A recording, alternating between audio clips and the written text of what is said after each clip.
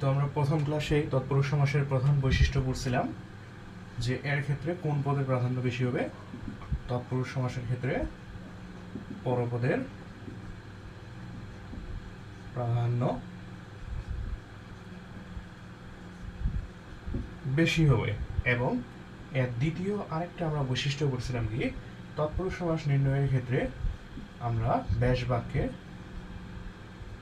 বিভক্তির ব্যবহার পাবো, অর্থাৎ বিভক্তির ব্যবহার হবে।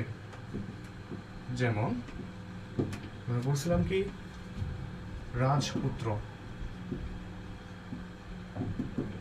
এটা একটা সমস্ত পদ, রাজপুত্র সমস্ত পদ। তো এর ব্যাস বাক্য যদি একটু আমরা খেয়াল করি, এর ব্যাস বাক্য কি হবে? রাজপুত্রের ব্যাস বাক্য হবে রাজার পুত্র। কি হবে?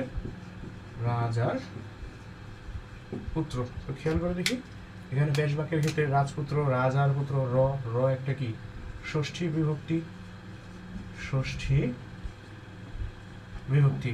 অর্থাৎ যে সমাস নির্ণয়ের ক্ষেত্রে ব্যাস বাক্যের পূর্ব পদে বিভক্তির ব্যবহার হয় এবং ব্যাস বাক্যের এই বিভক্তির কি হবে? লোপ হবে। লোপ হওয়ার পরে যে সমাস হবে এই সমাসের নাম কি? তৎপুরুষ সমাস। তো তৎপুরুষ সমাস হচ্ছে মোট 9 প্রকার। আমরা জানি যেহেতু এখানে বিভক্তি ব্যবহার করছি, তো আমাদের সাধারণত জানা আছে বিভক্তি মোট কত প্রকার? বিভক্তি মোট 7 প্রকার, তথা প্রথমা বিভক্তি, দ্বিতীয় বিভক্তি, তৃতীয় বিভক্তি, চতুর্থ বিভক্তি, পঞ্চমী বিভক্তি, ষষ্ঠী বিভক্তি এবং সপ্তমী বিভক্তি। তো তৎপুরুষ সমাসের ক্ষেত্রে আমরা সাধারণত প্রথমা বিভক্তি বাদ দিয়ে বাকি 6টা বিভক্তি ব্যবহার করি। যেমন দ্বিতীয় বিভক্তি, তৃতীয় বিভক্তি থেকে সপ্তমী বিভক্তি পর্যন্ত আমরা ব্যবহার করে থাকি। তো সপ্তমী বিভক্তি পর্যন্ত দ্বিতীয় থেকে সপ্তমী মানে মোট 6টা এখানে সমাস, তথা দ্বিতীয় তৎপুরুষ সমাস, তৃতীয় তৎপুরুষ সমাস, চতুর্থী তৎপুরুষ সমাস, পঞ্চমী তৎপুরুষ সমাস, ষষ্ঠী তৎপুরুষ সমাস ও সপ্তমী তৎপুরুষ সমাস। আর বাকি 3টা হচ্ছে নয় তৎপুরুষ সমাস, অলোপ তৎপুরুষ সমাস আর উপপদ তৎপুরুষ সমাস। সমাস এই হচ্ছে মোট 9 প্রকার। তো আমরা একটু এদের প্রকারভেদে চলে যাই। তবে মনে রাখতে হবে সবগুলো প্রকারভেদের প্রধান বৈশিষ্ট্য কি? পরপদের প্রাধান্য বেশি হবে। কোন পদের?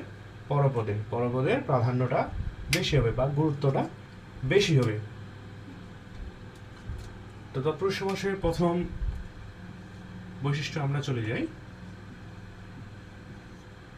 এর প্রথম প্রকারভেদে আছে কি? দ্বিতীয়া তৎপুরুষ সমাস।